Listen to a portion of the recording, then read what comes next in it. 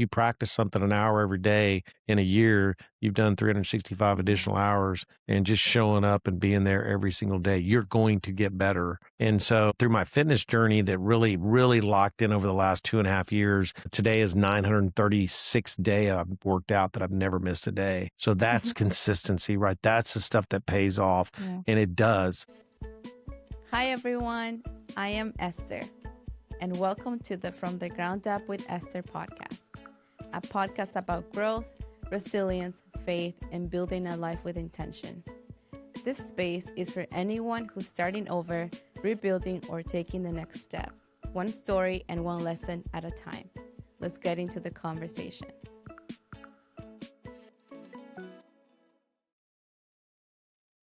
This episode is brought to you by Larry G. Dix II. Larry G. Dix II has been featured across podcasts, business platforms, and entrepreneurial media for his bold insights on leadership, faith, and the grit it takes to succeed. As a best-selling author and podcast host, Larry continues to inspire audiences nationwide with his unfiltered truth, powerful storytelling, and real-world strategies for lasting success. Hi, Larry.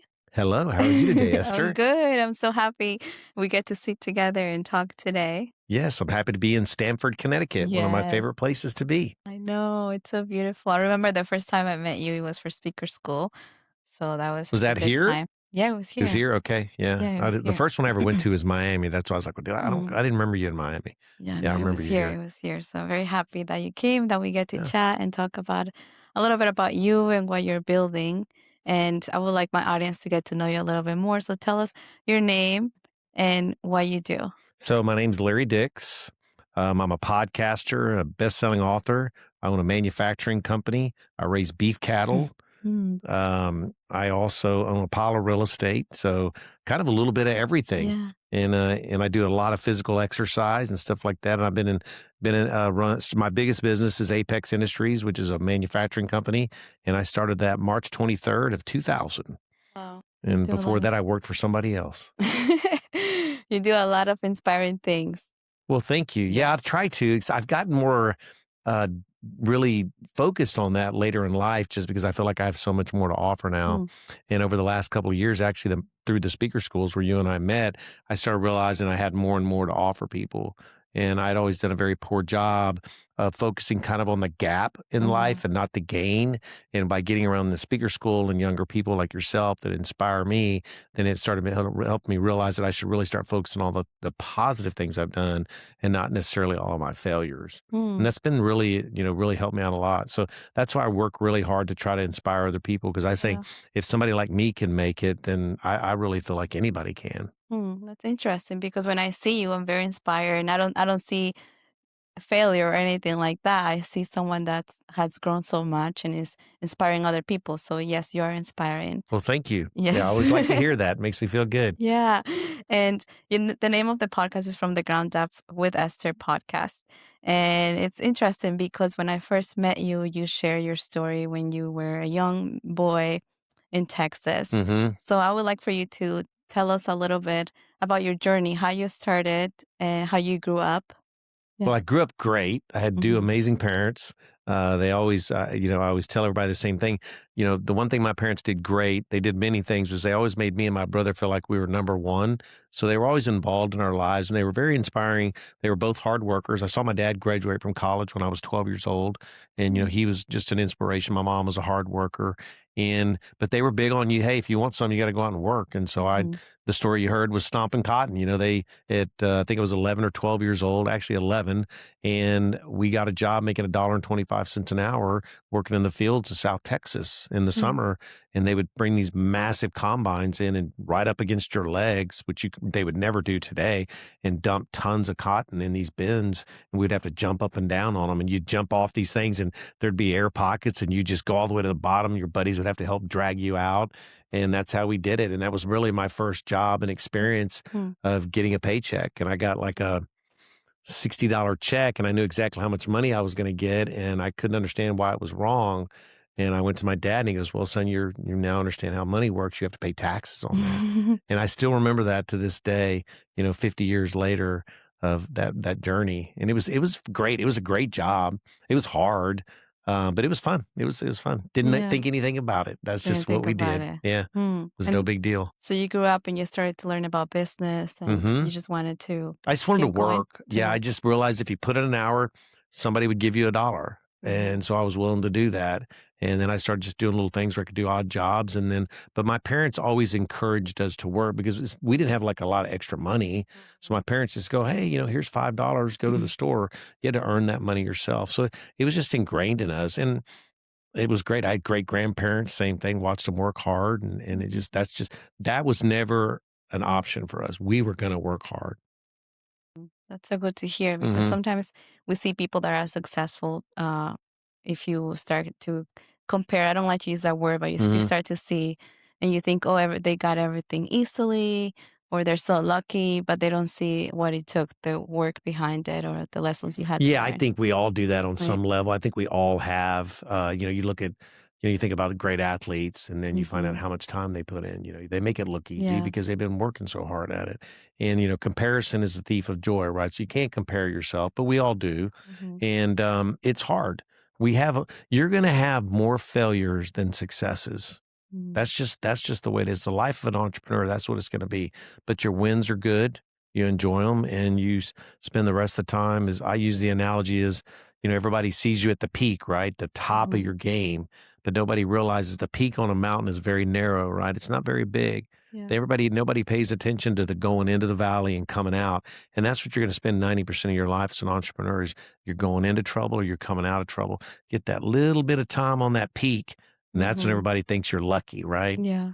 Right, and that's the thing that, I'm trying to inspire people to understand that it does take a lot of work, but the peak has a nice view Hmm. if you can get to it. Yeah. Can you take us back to one of those moments that of failure? Because you were speaking at the beginning how failure, you want people to learn from your failures.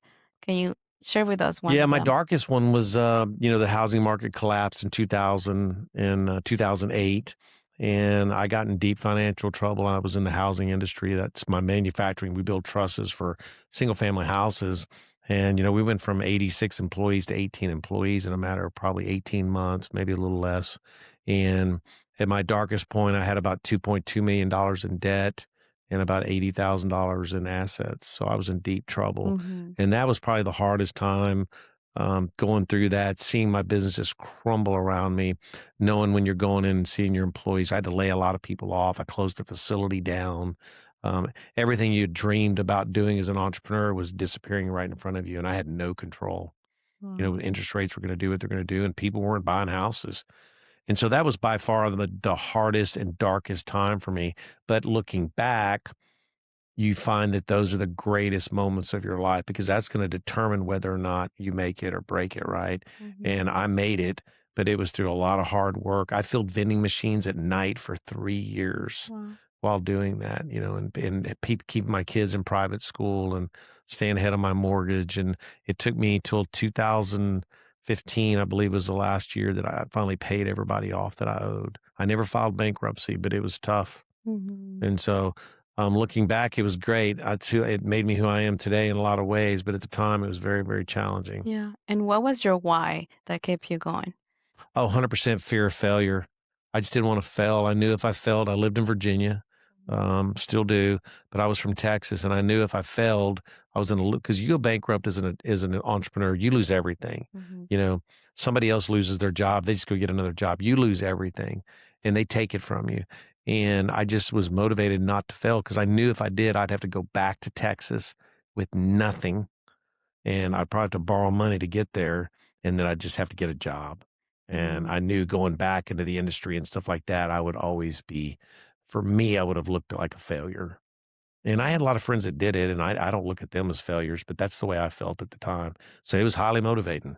Failure. Yeah. The fear of failure. I mean, it motivated me a lot. Mhm. Mhm. Yeah. And can you because I like to talk about the business and Hmm. personal growth. And you do, you keep yourself fit. You Hmm. always talk about that.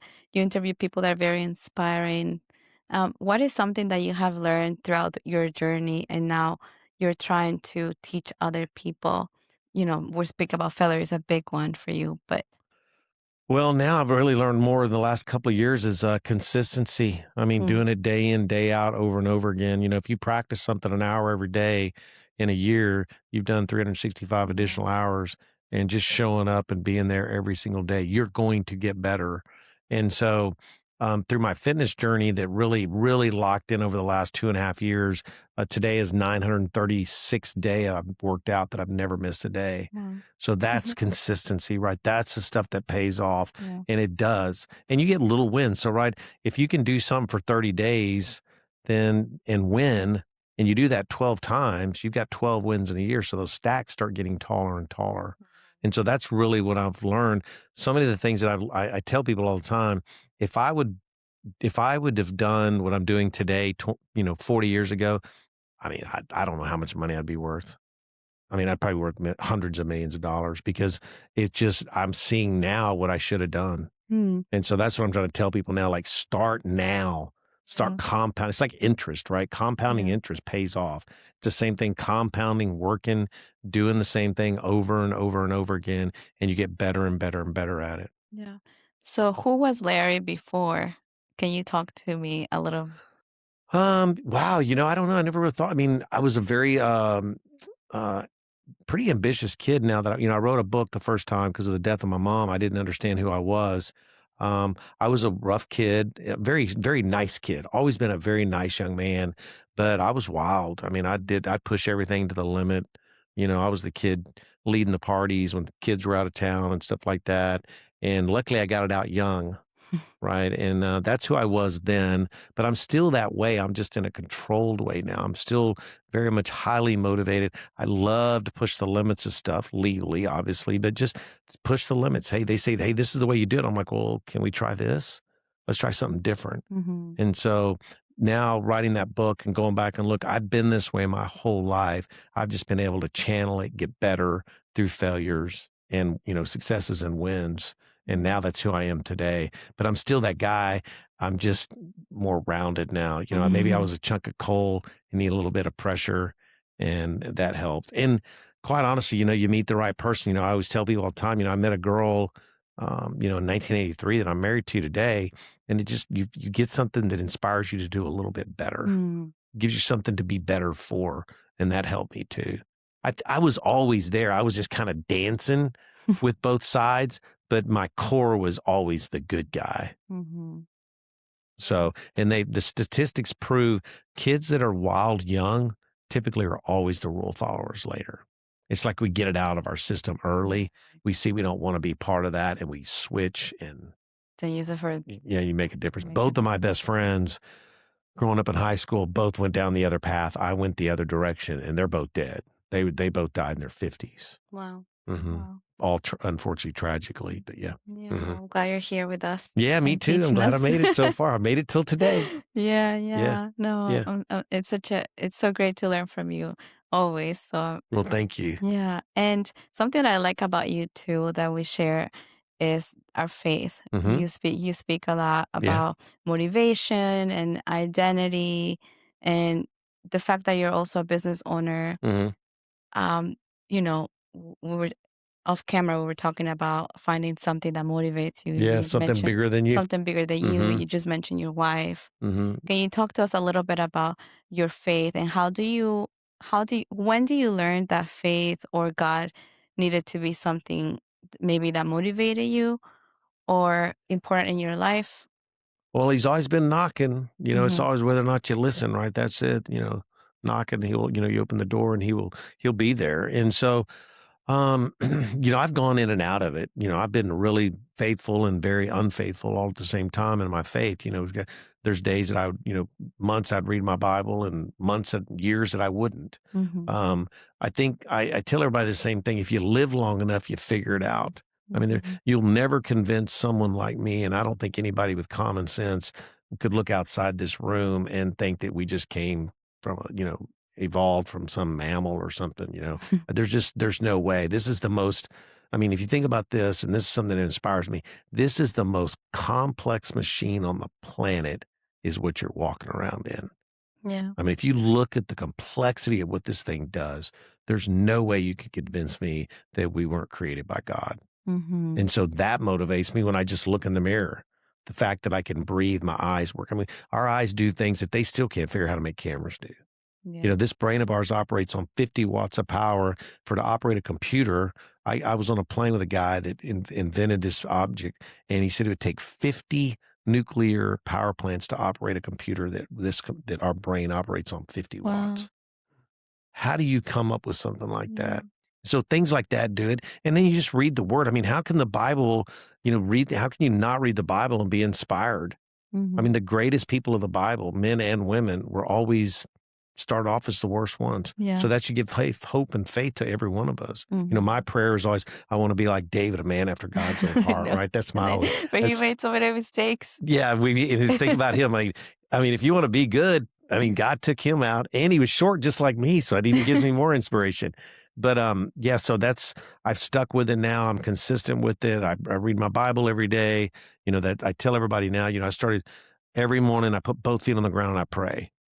Every single morning. I have not. I wish I knew the date I start. I don't even remember the last time. Mm. Like tomorrow morning when I get up in this lousy hotel bed, I will put both feet on the ground and I will pray because I remember that. Mm. There's no way you can get up and not. In that entire time, I made it to the bathroom one time, and I got to the bathroom. I'm like, I didn't pray. I went back to the bed and prayed before I went to the bathroom. So stuff like that. And it's Yeah. just, again, consistency, right? Consistency. Reading the Bible. Everybody, well, not everybody. I bet 90% of the people that read the Bible are intimidated by it. Mm-hmm. I'm in that 90% camp. But I pray that God gives me the opportunity to apply that at that time. Give me the knowledge of what I'm reading when I need it. Because there's stuff today. I mean, I'm reading Ephesians chapter 6, and it talks about the full armor of God. Well, I can relate to that. It's very relatable. Yeah. Right. But then I just finished reading Romans, and I didn't understand half of it. Well, it's probably being nice, probably 90% of it. Yeah. But there's little things like Mm-hmm. Romans, now I know Romans 8:11. I mean, inspired me. I've read the Bible twice, front cover to cover, and this will be the third time kind of going through it. Romans 8:11. It's the same. So the same Holy Spirit Mm-hmm. that raised Jesus Christ from the dead dwells within you. Mm. Yeah. I That's read powerful. that, and I'm like, holy cow, I've got power. Mm-hmm. Like that made me feel good. Like all of a sudden I'm like, dude, when I'm talking to God, he's listening. And that's just a little, but it only took me 62 and a half years to figure that out. We don't realize. And Like that alone, Yeah. I was like, oh my gosh, like that's probably one of the greatest verses. Now, I'm ad-libbing it. It's much more wordy than that, but that's what it says. Yeah. How inspiring is that? Like I know. I got giddy when I read that. And I can't, that and John 3:16 are the only two I know. Yeah. I can apply it. I've read I've read the Bible since I was 12 years old. I think I've read the whole Bible maybe at this point. But I go back all the time. Like it's if I never read it before, Mm-hmm. because it has so much information about God and the people that were there. And I've been seeing God and learning more of God more as a business owner. Mm-hmm. That side of God I've never explored. What does God say about business, or It's in there. how? So I wanted to ask you that question too. How has God and the Bible guided you? Because a lot of times how I knew God and the Bible, to be humble meant sometimes you had to be poor, or Mm-mm. business, the rich are not going to heaven, or those people that have money are, they don't love God, they love money. So it's been very interesting to see how God is really the main entrepreneur. Yeah, I mean, I never thought of it that way, but yeah, I mean, he created all of this. He created you, Yeah. and he created me. So for me, do what's right. I trademarked that. Apex Mhm. Trust, do what's right. Go on my website, and I trademarked that. Well, the Bible talks about doing the right thing all the time. So I did that 26 years ago. The other thing is people can go to my website, apextrust.com, look at the logo, and it is a reverse refresh. And that reverse refresh points to God. Mm. Okay. And so I've got that always in my mind, thinking about that, like do what's right. The right thing's not always the easy thing, but it's the Mhm. right thing. So you constantly reminding yourself of that. And that is all biblically based, trying to do that. And I tell all my employees, everybody I work with, everybody in my family, all my kids, all my grandkids, my daughter-in-laws, my son-in-laws, they understand that. That's what Mhm. we do. period. Do what's right. And if it costs me money, then it just costs me money. But I will sleep fine knowing that I always did the right thing. Mm-hmm. It's that simple, Yeah. you Yeah. know? And that goes with leadership. Mm-hmm. Yeah. How can you talk to us about what kind of leader were you before? Because you said, like, again, your mistakes and all of it. And what kind of leader are you now? So my first year, I was an arrogant leader, Mm-hmm. very cocky. Um, I've never been the guy that thought I was better than anybody because I started at the bottom. So I've always been able to have this sense of empathy to other people, no matter where they are.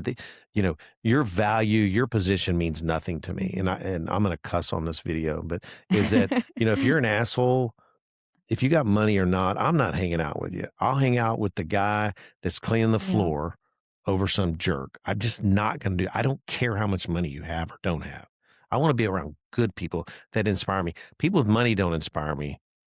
It's people that inspire other people inspire me. Yeah. People that are doing the right thing, going out there making a difference. Mm-hmm. Money's nothing. Money is a tool. So anyway, back to your question. Yeah, I was arrogant, but I learned very, very quickly you don't get anything from that. And then I started humbling myself and I started realizing where I came from. I started reading more and more, learning about how to motivate people. And I had this incredible gift of empathy. Because I could always relate to people no matter where they were. Yeah. And so I kept continuing to apply that. And even like at Apex, I've made a lot of money and I've lost a lot of money in that business. But I can tell you what, my number one success is I have the first employees I ever hired 26 years ago. So they stuck with us. So I'm doing something right. Yeah. And it's mainly because I just try to treat everybody with respect. Try to be nice to people. Mm-hmm. People have sick kids. People's parents die. Mm-hmm. Just like, my mom dying didn't mean any less to them or to me than it did to when their parents die. So you have to keep that stuff in perspective. And if somebody's having a bad day, why? Yeah. Maybe their kid's a brat. Mm-hmm. Maybe they got a speeding ticket, whatever. Maybe they did find out their mom's got terminal cancer. And keep things in perspective. Don't get over your skis. Yeah. I'm big on that stuff. Like your title means nothing to me. Mm-hmm. Until 5 years ago, I never even had a title on my card. Mm. It just says Larry Dix. People are like, what do you do? I'm like, whatever they ask me to do. Right? Because it doesn't matter. Doesn't matter. I have the burden being responsible for, 45 employees and their entire family. So I always look at everything like, well, if you have 50 employees, you really have 200 people you're responsible for because Mm-hmm. your success or failure is paramount to their success or failure. So as a true entrepreneur, you should carry that burden. Yeah. So you better believe in God. And what do you think entrepreneurs or people of this generation are not following or doing correctly to be good leaders or They pay probably too much attention to social media mm-hmm. and they think it's too easy. Mm. They see everybody walking around. You got these guys walking around that think they're in jets and eating fancy meals and, only the best wines and stuff like that. That's all just bull. Mm-hmm. Are there people that get to that point quickly? Sure. But it's very far and few between. So, yeah, I think everybody thinks it's too darn easy. And that's a lot of my goal is to try to reset that and say, no, it's not easy. It's going to be hard. Anything worth having's uphill, right? I mean, that's what it takes. And it's just, do some people fall out of bed and look like Brad Pitt? Sure. Most of them look like me, so you just better get used to it and move on Yeah. and don't get caught up in it. But and the other thing I think, I always like to inspire people is if you have a good idea, nobody cares who you are. Mm. They just want the idea. If you can make money, nobody cares what you look like, where you came from, or anything like that. It's if you got the right idea, people will believe in you. They'll follow you. But you got to be a good leader, obviously. Yeah. How do you spot a good leader? But now is my gut. I mean, I walk in, I can pick people out pretty darn fast. And there's several things. One, your gut. Number two, who do they hang out with? Show me your friends, I'll show you your future. Yeah. Birds of a feather flock together. Okay. You can typically look around within 4 or 5 people. If you know a guy that you're like, well, I know Bob and he's hanging out with Joe, but Bob's got a pretty poor reputation. Well, you're going to find out Joe actually has the same bad reputation. He's just been better at hiding it. And then Steve does too. Those guys are all going to hang around. right? Mhm. It's kind of like being an alcoholic, right? Yeah. Misery loves company. Mhm. People tend to gravitate around people that are like them. Yes. And so that's what I pay attention to. That's why I have a very, very, very small circle of people, Mhm. very small, because I'm not going to I'm very cautious about who I'm around. Because remember, your reputation, it takes forever to get and a second to lose. Yes. There's a proverb in the Bible, right? Yeah, probably. Yeah. Yeah. I'm About the not taking fly. credit for it. There's something about, I can't remember, but it says a fly can spoil, like something about the fly can spoil the perfume or Well, yeah, I mean, something it like doesn't, that. it only takes a little bit Yeah. and then everybody's going to start questioning you. So Mhm. for me, that's do what's right, go above and beyond. I mean, you just got to be with people. I just did a deal with a guy that's literally on a handshake, Mhm. and you know why? Because I trust him. He trusts me. This stuff with contracts, that's for lawyers. That's when things go south. Even if you have a contract that's binding, two men can still get in the room and make the decision to do the right thing Mhm. that are on those contracts. They can override those contracts, but the lawyers and stuff like that they're the ones that push that. Yeah. You don't need all that stuff. I know you do, but you don't. So back to, Mhm. I mean, follow your gut. Your gut will tell you when you're in the wrong room, Mhm. and then you get the heck out. It's true. It's You true. know, I mean, you know, but we all kind of like, oh, well, I want to do this deal, or, I've done that. I've been there, Yeah. but eventually you just don't care. It's not worth it. Mhm. And when you do a bad deal or are in the wrong room or what keeps you grounded to say, I need to get out of here or Hell, I've got a wife. I've got kids yeah. that matter, that depend on me being good, Mhm. making the right decisions. So you get out. I mean, it's that same thing. Inspire what's bigger than you. I mean, do Yeah. you want to go home and explain something to your spouse or to your kid like, hey, dad messed up? Now, you may have to, and that may be a great learning moment because Mhm. we're all going to mess up. But yeah, you just get out and, my family motivates me and Mhm. my reputation. I mean, I've got a good reputation. At least I like to think I do. And I do not want to tarnish that. I'm 62 years old, man. If I knock it out of the park, I got 20 years. So Mhm. I need to make sure everything I do is above board Yeah. and perfect because I've got my kids and my grandkids are going to depend on my integrity as well because I'm going to set the standard for all of them. Yeah. How many grandkids do you have? 9. 9. Yep. Wow. Oldest daughter just got a full ride to James Monroe, whatever. I know. JMU, Harrisonburg, and full academic scholarship. Yep. So I'm really proud of her. So she's our first one going to college. Oh, that's Right out great. of, she's our first one to graduate high school, and she's going to college. So it's exciting. That is So yeah, exciting. yeah. Do you go to college? No, No. never Okay, did. okay. No, I was never that guy. My dad was very disappointed at the time when I told him that because I said, I watched my dad graduate from college when I was 12 years old, and that was just a big deal. And no, I never did. My brother did. He did great. He did great in college. Very successful guy. It was just never for me. I Mhm. just never. There was nothing about college that it just got me excited. Yeah. I just wanted to work. I wanted to be a millionaire, and I didn't even know what that meant.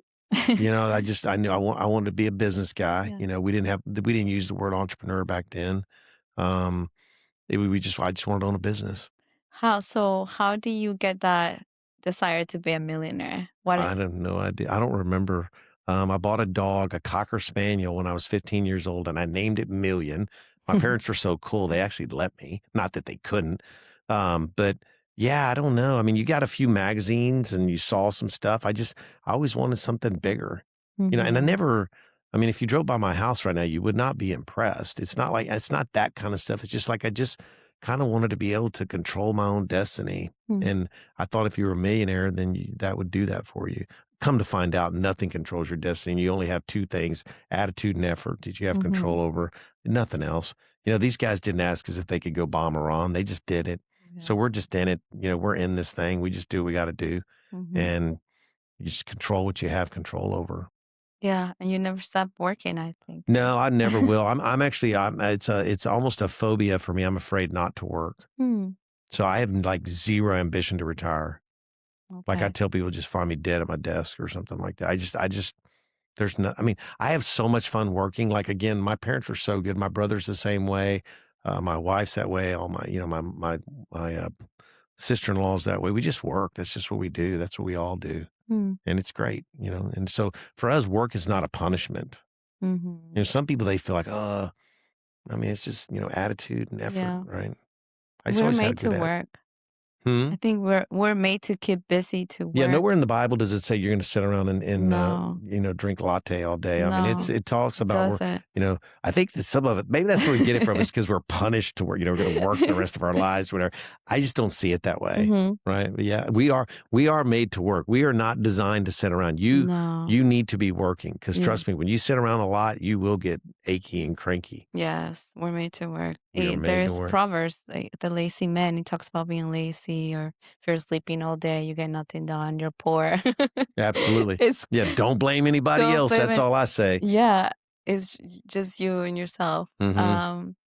So when I was looking up, there is something that came up for you. It said yard dog to what is it?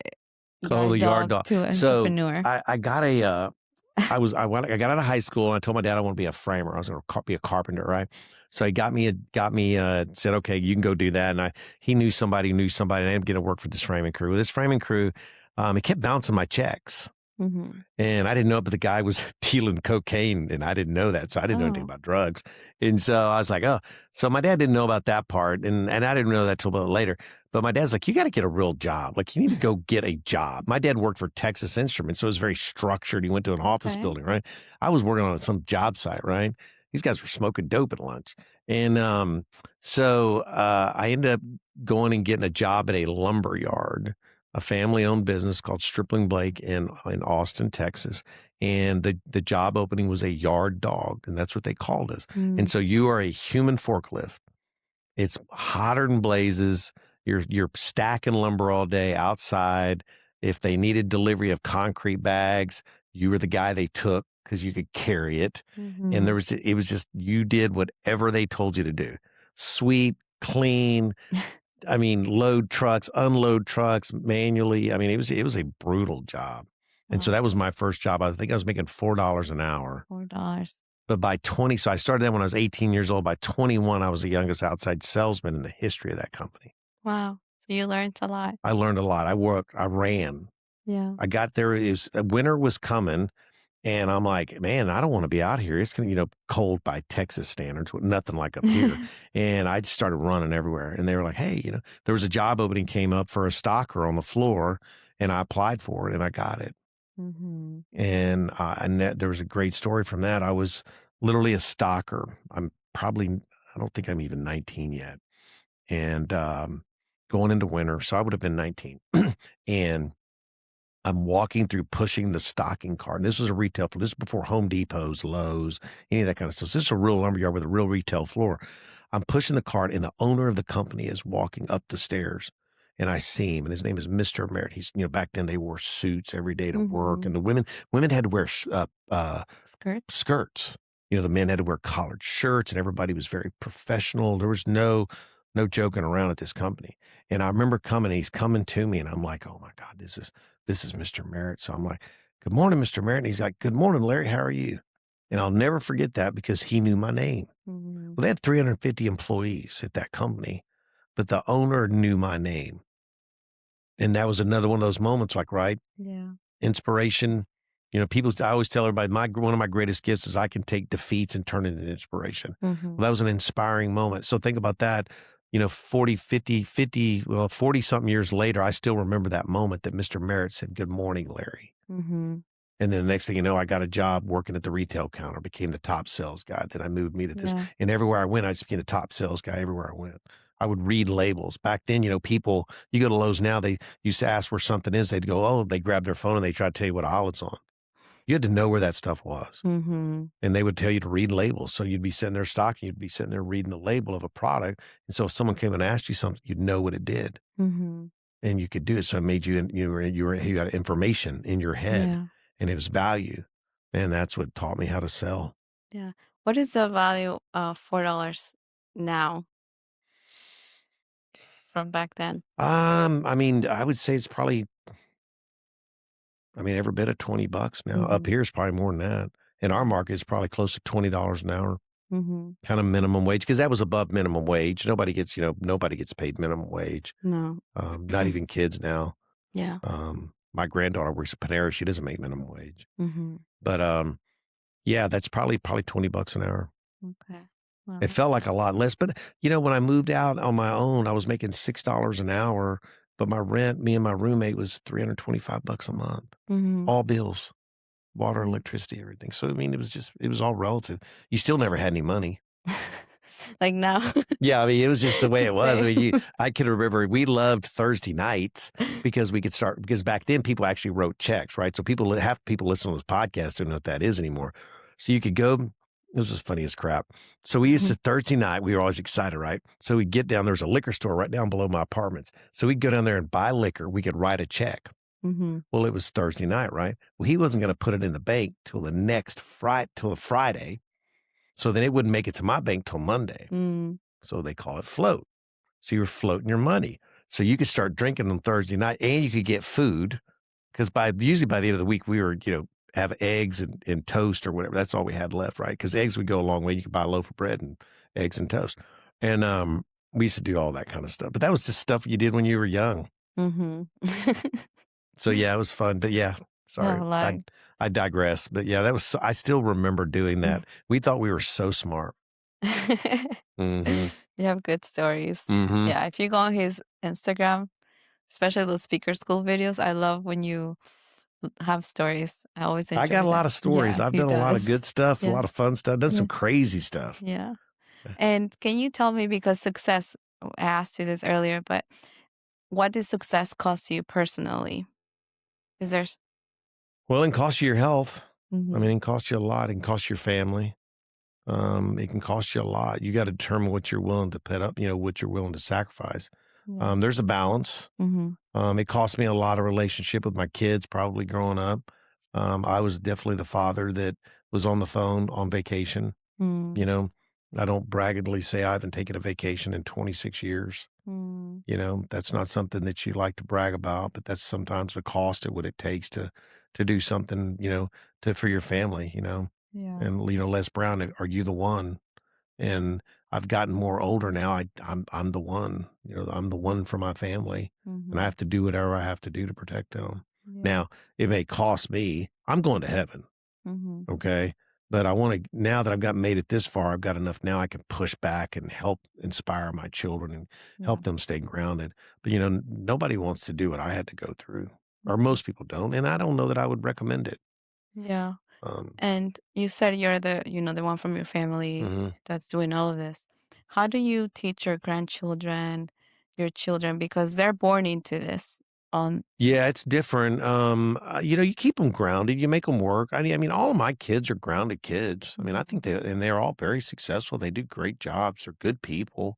Um, it's a little different with the grandkids now, to be truthful, because really, I didn't, my kids, we didn't have any money. I mean, my kids were growing up. I was working. Mm.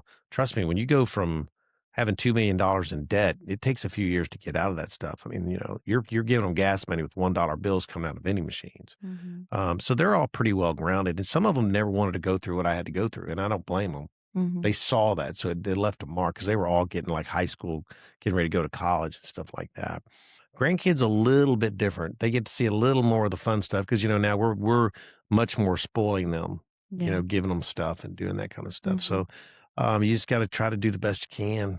Yeah. Get them on lawnmowers and make them work and shovel cow poop and, get out there and fix fences and, work in the hot sun and do stuff they don't like to do. Mm-hmm. My kids are real good about making their kids do their own laundry and wash their own dishes and do things like that. So you gotta balance it. You just try, hopefully you can give them a little better education and, maybe let them fly around in some nicer stuff and go to some little nicer vacations. Yeah. I don't think it's as hard as we make it out. Basically, just don't stink and spoil them. Yeah. Don't buy them $500 sneakers. I mean, it's ridiculous. Mm. But there are plenty of people that do that, and probably maybe their kids turn out fine. I don't know. So Yeah. I guess we're still working on that one. Yeah. But I try. I mean, my kids come over and they work. They're all hard workers. So none of us are afraid to get our hands dirty. That's really good. Mhm. And are they of the mentality of going to school, or do you let them Do you let them decide, or I what let them was your all advice? decide. Yeah. I don't let I don't push anybody on anything. Mm-hmm. Just be happy. That's, Mm-hmm. you need to be happy, whatever defines your happiness, not Larry Dix's. It took me a long time to realize that not everybody's like me, and that's okay. Mm-hmm. I mean, not everybody wants to be like this. Just be happy. Yeah. You know, I've got kids that, they're just happy people. Now, do they aspire maybe for a little bit more? I mean, I can tell you, I know people that make $50,000 a year that are happier than I am. Mm. I Okay. think that's it. It's just you need to Yeah. decide what your happiness is. Oh, yeah. Don't let the world write that's where Instagram and social media and all that kind of stuff is just really kind of clouds things, Yeah. Yeah. you So know? yeah, somebody asked. I was talking to somebody else before this, and we talked about success, and everybody has their own definition of success. It needs to be what yours is. Yeah. And mine's changed and it evolves. Mm-hmm. I mean, trust me, what you think about when you're 15 years old is not the same as you think about when you're 62. Mm-hmm. That I can assure you. And Yeah. it changed from when I was 30 to when I was 40 to when I was 50, and life is an amazing thing that if you can live long enough, these latter part of your years of life are fantastic. Mm-hmm. Yeah. You just don't get excited about things, right? Like, I don't worry about the national debt because there ain't nothing I can do about it. I'm Yeah. gonna do the You best can't I do can, right? nothing. Yeah. It's like the weather, You going to can't war, control it. everybody got all ramped up about that. Trump didn't call and ask my opinion. Mm-mm. So I'm Yeah. not going to let it get worked up. They don't call and ask me what the decision is going to be. Those guys are going to make decisions. Mm-hmm. And you just got to let things go and know that the sun will rise tomorrow and it's going to be you worry Yeah. about all this stuff and you may get killed in a car wreck tomorrow. So what good did it do you? Mm-hmm.